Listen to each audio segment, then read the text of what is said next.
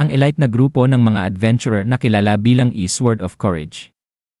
Na binubuo ng 10 mahuhusay na mandirigma, 9 sa kanila ay mula sa mga slums at ang isa ay si Lewin Sile, isang marangal na apo ng bayani mula sa ibang mundo, ay sa wakas ay nakamit ang mahalagang tagumpay sa kanilang misyon.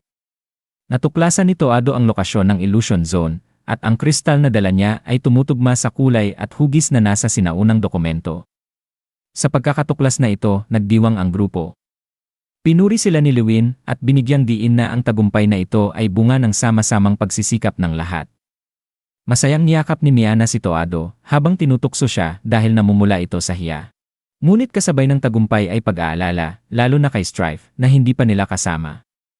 Ipinahayag ni Alain ang kanyang pag-aalala sa kalagayan nito.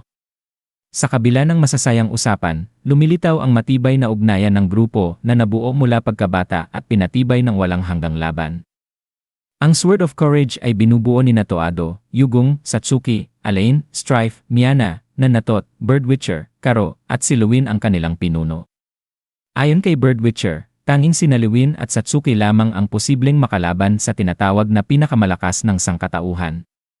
Ngunit si Satsuki ay nag-aalinlangan pa rin, at sinabi niyang gusto niyang malaman kung gaano kalayo ang mararating ng kanyang teknik laban sa ganoong halimaw. Binalaan din niya si Lewin na ang labis na kabaitan nito ay maaaring maging dahilan ng kanyang pagbagsak. Sa gitna ng kanilang usapan, dumating si Nyaki, isang pusa-taong nilalang na nagsasalita sa pangatlong panauhan. Sa kanyang pagdating, nadapa siya at nasira ang mga kasangkapang pangluto ni Alain. Galit na galit ang buong grupo, lalo na si Lewin na sinigawan siya, pinagsabihan, at sinipa pa. Humingi ng tawad si Nyaki ng paulit-ulit habang umiiyak, ngunit walang nakinig sa kanya. Nagsimulang magsalita si Alain na hindi na niya kaya ang paglalakbay kasama si Nyaki at baka mabaliw siya. Sa huli, nawalan ng malay si Nyaki matapos suntukin ni Lewin. Bagamat sinabi ni Lewin na mas masakit sa kanya ang pananakit. Naniwala siyang ito'y kinakailangan.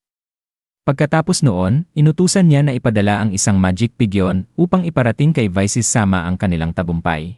Habang sila'y naglalakad paalis, nabanggit ni Yugong na malapit na sila sa kanilang destinasyon. Bigla silang nakarinig ng kaluskos mula sa mga palumpong.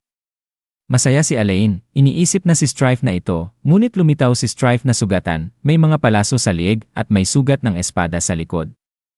Sa huling sandali ng kanyang buhay, inamin niya ang kanyang pagmamahal kay Alain bago tuluyang bumagsak. Nataranta si Miana at nagsimulang umiyak.